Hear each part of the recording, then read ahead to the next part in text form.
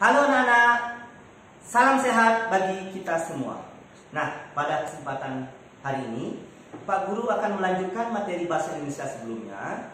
Pada kesempatan ini, kita akan belajar tentang menemukan ide pokok dari teks lisan atau paragraf lisan. Nah, untuk selanjutnya, Pak Guru akan menjelaskan sedikit terkait dengan paragraf yang sudah Pak Guru sebelumnya juga pernah singgung tentang apa itu paragraf dan cara menentukan dari ide pokok. Nah, dalam satu paragraf tentu ada satu kalimat utama dan beberapa kalimat penjelas. Nah, kalimat utama tersebut bisa kita pakai sebagai ide pokok. Begitu juga dengan teks lisan atau paragraf lisan, kita bisa menemukan ide pokok ataupun kalimat utama dari paragraf tersebut dengan cara mendengarkan secara langsung. Nah, untuk itu sekarang Pak Guru akan menjelaskan terkait dengan beberapa jenis paragraf sesuai dengan letak kalimat utamanya. Kalau paragraf tersebut disampaikan secara lisan, itu ada 4 jenis paragraf, yaitu yang pertama adalah paragraf deduktif. Sebelumnya sudah Pak Guru singgung tentang paragraf deduktif. Sekarang Pak Guru akan sampaikan 4 jenis paragraf secara langsung. Paragraf yang pertama deduktif itu adalah paragraf yang pola pengembangannya dari umum ke khusus. Dalam artian kalimat utamanya ada di awal paragraf. Dari paragraf tersebut akan dijelaskan didahului oleh kalimat utama, lalu dijelaskan dengan beberapa kalimat penjelas atau kalimat pendukung. Yang kedua adalah paragraf induktif. Berbicara tentang paragraf induktif, itu tentu adalah pola pengembangannya dari khusus ke umum. Berarti kalimat utamanya ada di akhir paragraf. Nah, paragraf ini diawali dengan beberapa kalimat penjelas, baru diakhiri dengan satu kalimat utama yang bisa dijadikan sebagai ide pokok dalam paragraf tersebut. Selanjutnya, jenis yang ketiga adalah paragraf campuran. Nah, paragraf campuran pola pengembangannya adalah dari umum khusus ke umum. Dalam artian kalimat utamanya ada di awal paragraf dan di akhir paragraf. Kalimat utama inilah bisa dipakai sebagai ide pokok dari paragraf campuran tersebut. Nah, di mana diawali dengan satu kalimat utama dan diikuti dengan beberapa kalimat penjelas dan disimpulkan kembali dengan kalimat utama yang sama sesuai dengan apa yang dijelaskan dalam kalimat yang pertama. Nah, selanjutnya yang keempat adalah paragraf ineratif. Nah, paragraf ineratif ini adalah kalimat utamanya ada di tengah-tengah paragraf. Pola pengembangannya adalah khusus, umum, khusus. Jadi paragraf ini didahului dengan beberapa kalimat penjelas, lalu di tengahnya ada satu kalimat utama dan dilanjutkan kembali dengan beberapa kalimat penjelas. Nah, untuk lebih lanjut pada kesempatan ini Pak Guru hanya jelaskan 2 jenis paragraf saja karena yang 2 sebelumnya sudah Pak Guru berikan contoh. Pada kesempatan ini Pak Guru akan berikan contoh terkait dengan paragraf campuran dan paragraf ineratif.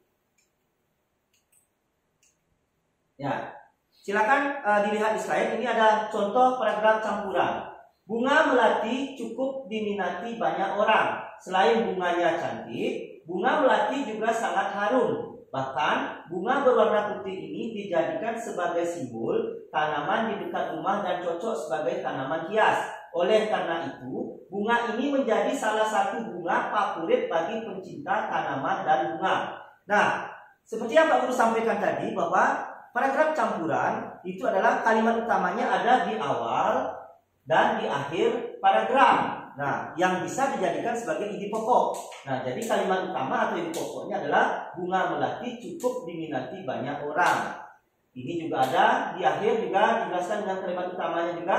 Bunga ini menjadi salah satu bunga favorit bagi pencinta tanaman dan bunga. Favorit dan diminati itu sama, pilihan katanya sama. Jadi dapat disimpulkan bahwa paragraf campuran ini ide pokoknya adalah bunga melati cukup diminati banyak orang. Seperti itu.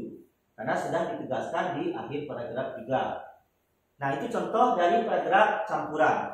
Berikutnya adalah contoh dari paragraf ineratif. Nah, di sini bisa dilihat di slide anak-anak. Contoh paragraf ineratif kan sudah Pak Guru sampaikan tadi. Paragraf ineratif itu adalah pola pengembangannya adalah dari khusus, umum, khusus. Dalam artian kalimat utamanya ada di tengah-tengah paragraf. Coba diperhatikan. Manusia lahir ke dunia membutuhkan orang lain. Mereka juga makan membutuhkan orang lain. Bahkan mati pun masih membutuhkan orang lain.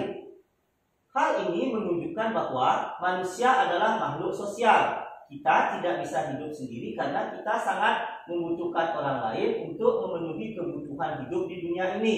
Tidak ada satupun pekerjaan besar yang tidak membutuhkan orang lain. Nah, berarti kalimat utamanya ada di tengah, yaitu manusia adalah makhluk sosial. Kalimat utama ini dari paragraf ineratif bisa dijadikan sebagai ide pokok dari paragraf tersebut. Seperti itu. Nah, demikian penyampaian Pak Guru dari dua contoh paragraf campuran dan paragraf ineratif. Nah, pada kesempatan ini Pak Guru akan memberikan soal ke anak-anak secara lisan terkait dengan materi yang kita bahas, menemukan ide pokok dari paragraf secara lisan. Nah, siapkan sekarang anak-anak kertas double folionya dan pulpennya untuk bisa mendengarkan pertanyaan yang Pak Guru sampaikan secara lisan. Sudah ya anak-anak ya? Oke, Pak Guru akan lanjutkan. Soalnya ada dua, yaitu soal pertama tentang paragraf campuran dan soal yang kedua tentang paragraf ineratif. Silakan simak-simak secara saksama soal berikut. Soal nomor 1, paragraf campuran. Sebelum dikonsumsi, sayuran hijau sebaiknya dimasak terlebih dahulu secara benar. Sayuran yang akan dimasak sebaiknya dicuci dan dipotong-potong menurut selera. Sayuran tersebut jangan dimasukkan terlalu lama. Jika dimasak terlalu lama, kandungan zat gizinya akan berkurang. Oleh sebab itu, masaklah sayuran hijau secara benar sebelum dikonsumsi. Pertanyaannya, tentukan ide pokok dari paragraf campuran yang Pak Guru bacakan tadi.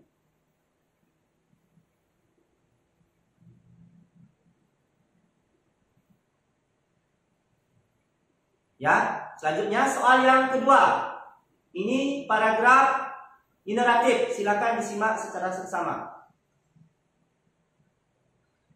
Tingkah kucing kadang membuat banyak orang tertawa. Terkadang kucing menari-nari ketika mengajak seseorang untuk bermain. Kucing memang dikategorikan hewan yang lucu.